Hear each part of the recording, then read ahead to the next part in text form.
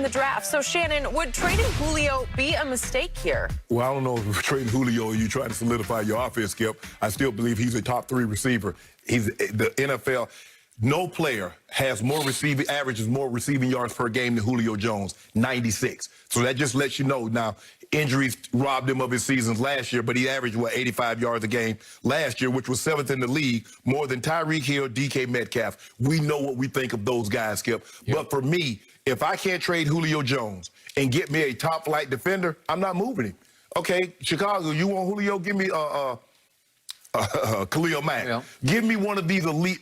Green Bay, you want him? Give me Zadarius Smith. Skip, I'm not trading him for a draft pick because what draft pick you think you could possibly get that's going to be Julio Jones? Now, you're going to take a quarterback, Skip. I think with the deal that they've done with Matt Ryan, it's made it virtually impossible for them to get rid of him at least until the 2023 season. So is Matt Ryan going to be a bridge? That's a very expensive bridge that you got going to the next guy. But for me, Skip, Julio Jones, I think healthy is the best receiver in football. You look at the numbers, he's led the league in receiving yards twice. He's a 7-time Pro Bowler, 2-time first-team All-Pro, 3-time second-team All-Pro. It's hard for me to find 2 better receivers in all of football than Julio Jones. Big, fast, can run out the catch, contested catches, 50-50 balls, can get deep. I love everything there is about him. And guess what, Skip? Gives you no problems on or off the field. He can catch 1 pass or he can catch 15. He's the same Julio Jones. And Arthur Smith, coming from there where they had Corey Davis and A.J. Brown, I know what he thinks of A.J. Brown.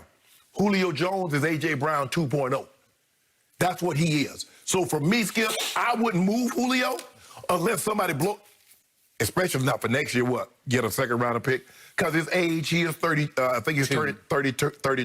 He is 32. He is 32. Mm-hmm. And, Skip, his contract. But for me, Julio still gives me tremendous bang for my buck. And if I can't get a top-flight defender, I'm not moving Julio. Okay, so what do I see in Julio Jones right here, right now? He is an aging, more and more injury-prone receiver because he only played 9 games last year. But to your point, when he played, yeah. He put up some good numbers. Yes. He had 300-yard games.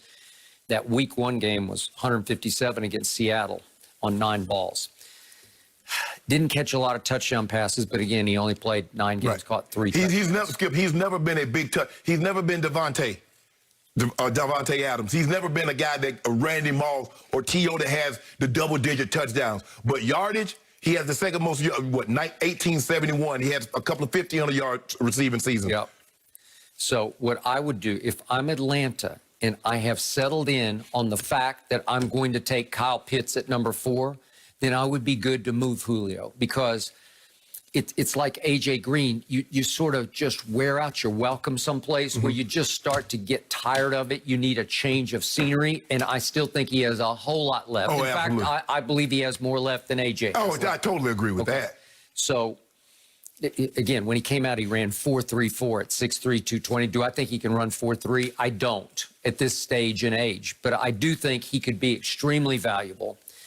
And the team he could be most valuable to me, is Baltimore, because Lamar has never had that guy, right? Mm-hmm. So if you revitalized him, rejuvenated him, even though he's in an offense that is not pass happy, obviously, I still think that they would throw it more if they had somebody to throw it to. Mm-hmm. And Julio would be that guy. He would be the missing piece to a Super Bowl puzzle, I think, in Baltimore. And because he's such a good, high-character guy, he would fit in, and I don't think he'd make any waves about, I only get 8 targets instead of 12 targets. So the point is, Baltimore now has 2 first-round picks. They have Kansas City's, which is, second 31. To last, okay? That's the kind of pick that would be equal value for Julio right now. If you gave Atlanta the 31st pick in the draft for Julio Jones, I would do that. You have to accept his contract. The problem is, if you do it right now, if you do it before June 1st, then Atlanta has to eat $23 million in dead cap money. Mm-hmm. If you wait until after June 1st, they have a savings of $15 million, which is what they're all about right now, is the savings. Right. So it doesn't probably work to do it immediately. Right. But I'm just saying Baltimore is in the prime position right now to go get Lamar what he needs. Listen, this draft is loaded with receiving talent. But which one you think going to be better? That's what I'm saying. I'm with you on that. That's bingo. I agree. I don't know. Maybe one of them will, but I wouldn't bet on it. Mm-hmm. Kyle Pitts, I would bet on him. I think he will have a career like Julio's, if not a little better. He's just transcended. He's going to be the best player at any position in this draft, including quarterback. Mm-hmm. He will be better at his position than any of those 5 top quarterbacks. But Skip, I don't think Atlanta's problem is on the offensive side of the football. Okay. Now, I get it if they get Kyle Pitts, but who are they going to stop? Remember they had that big lead? It wasn't offense. Offense got them the lead. Their defense couldn't hold the lead. Remember in the Super Bowl? They won 28-3. They were. So the problem is you keep saying, okay, Kyle Pitts would look good in the black and red. But who are they going to stop? Well, they were up on Dallas 29-10 at halftime. I think it was 39-20. 39-20. Yeah, they ended up losing 40-39. 40-39. And Matt Ryan threw a party on Tampa later in the year. It was the third to last game, the one at Atlanta. Mm-hmm. And they were, I don't remember the score, but go look at the numbers. They might have been up 20-0, 17-0. I think he threw for 300 in the first half. Mm-hmm. And here came Brady. Boom, boom, boom, because they had the worst pass defense in pro football and the 5th worst of all time in pro football. Yes. So I got it. Now, I've inherited 2 members of that pass defense, and they're going to be starters for me. What does that say for my Cowboys? Good job. Yeah, way to go. We even got the coach. Even better job. Yeah, way to go, Jerry. So that's good. If you can't beat them, join them. Wait, we did beat them. Yeah. We came back on them. What? Okay. So the point is, Julio could be a life changer for a team in dire need. And you could argue New England, you could argue Baltimore, Chicago would be in the mix. But to me, he's a Raven. He'd be a good fit for the Ravens because he's a good guy. Well, they say, well, give me Marlon Humphrey. Maybe. I want a defense, Skip. I want an impact defensive player, and that's what they need in Atlanta. They need more of that. I love Grady Jarrett. Dante Fowler's okay, but they need secondary. Terrell, he gonna have to play better, Skip, because we saw what happened to him. He got benched in the national championship game, Clemson against LSU. Atlanta takes him in the first round.